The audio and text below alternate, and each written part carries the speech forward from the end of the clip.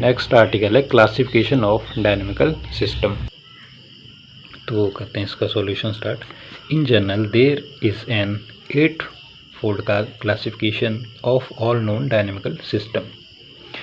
तो first two आ जाएगा हमारे पास scleronomic and rheonomic system. A configuration of the scleronomics system is given when the values of generalized coordinates q1 q2 up to qn are given by equation of the form। ठीक है, तो xi is equal to xi bracket के अंदर q1 से लेकर qn which do not depend explicitly on time। if Renomic system it is necessarily in Renomic system it is necessary to specify the time t also, clear, then the equation will be of the form। तो equation कैसी बनेगी आपकी xi is equal to xi q1 q2 up to q1 comma t। thus in Scleronomic and there will be only fixed constant, whereas in Renomic system there will be a moving constraint। ठीक है, तो starting में पढ़ा था आपने article ये, तो ये थोड़ा वेरी करता है। ठीक है, तो आपने देखना है कि पूछा क्या है। स्टार्टिंग में आपने पढ़ा था कंस्टेंट एंड इट्स क्लासिफिकेशन, इधर है क्लासिफिकेशन ऑफ डायनेमिकल सिस्टम, तो इसमें कंफ्यूज नहीं होना है। फिर सेकंड आता है हमारा, ये है थर्ड और फोर्थ हमारा conservative and non conservative systems.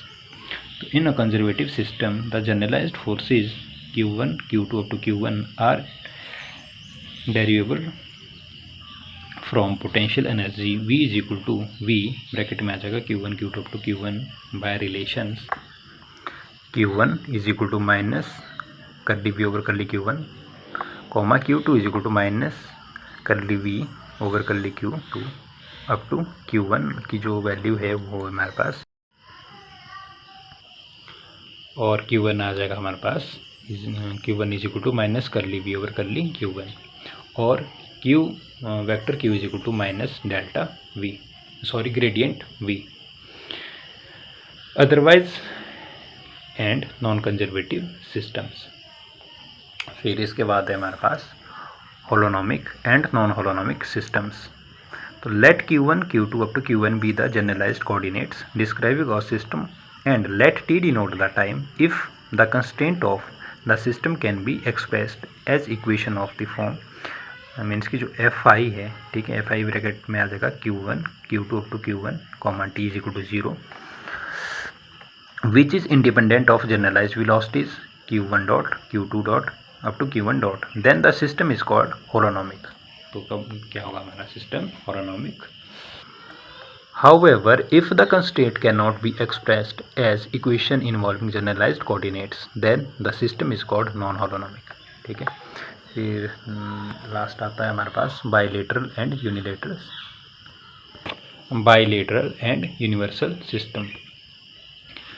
If any point on the constraint surface both the forward and backward motions are possible, then such a system is called bilateral। In this system the constraint relations are in the form of equation but not in the form of inequalities।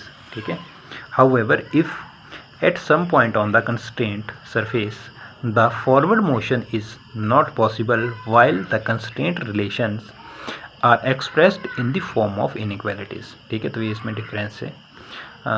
then such a system is called unilateral।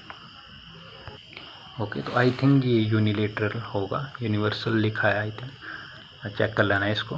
I think मेरे हिसाब से ये unilateral होना चाहिए, बाकी आपने check कर लेना है। Bilateral and unilateral I think इसको तो देख लेना, अगर यूनिवर्सल भी बोलते हो तो आपने चेक कर लेना है।